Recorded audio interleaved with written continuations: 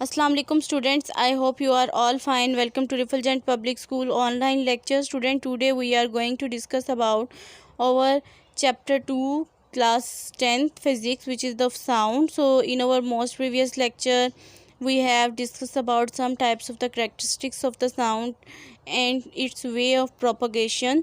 So here we discuss another one. It is the audible frequency range. A normal ear can hear the sound of its frequency lies between 20 hertz to 20,000 hertz. एक normal year जो है वो frequency range 20 hertz से 20,000 hertz is the unit of sound. तो इस range में जो है वो सुन सकता है. In other word, human ear can not here the sound of less than 20 hertz and more than 20,000 hertz. Different people have different range. It can also decrease with age. Some young children can't hear the sound of 20,000 hertz, but some old man does not hear the sound of 15,000. The range of frequency that human ear can hear is called audible frequency range. ऐसी range जो human ear सुन सकते हैं वो Audible frequency range कहलाते.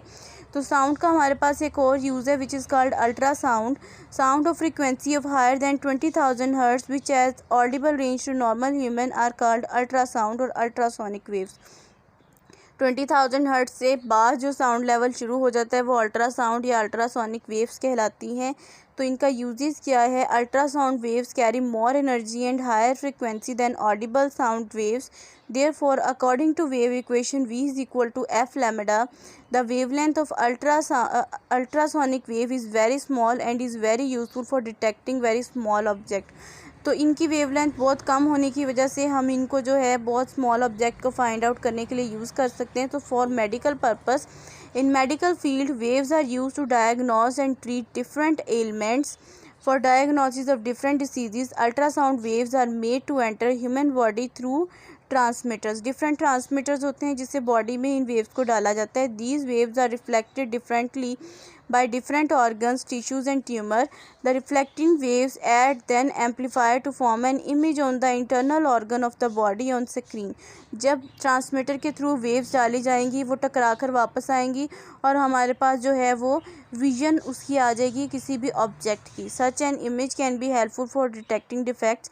Powerful ultrasonic wave used to remove blood clots from arteries and also can be used to detect thyroid diagnosis purpose.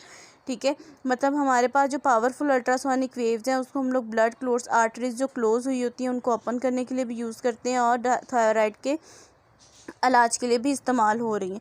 Also can be use for sonar तकनीक for detection under depth laying things on earth and ocean. Sonar तकनीक एक ऐसी तकनीक है जिसमें हम लोग ज़मीन की गहराई में या समंदर की गहराई में जो चीज़ें मौजूद होती हैं उसको हम लोग फाइंड आउट करते हैं.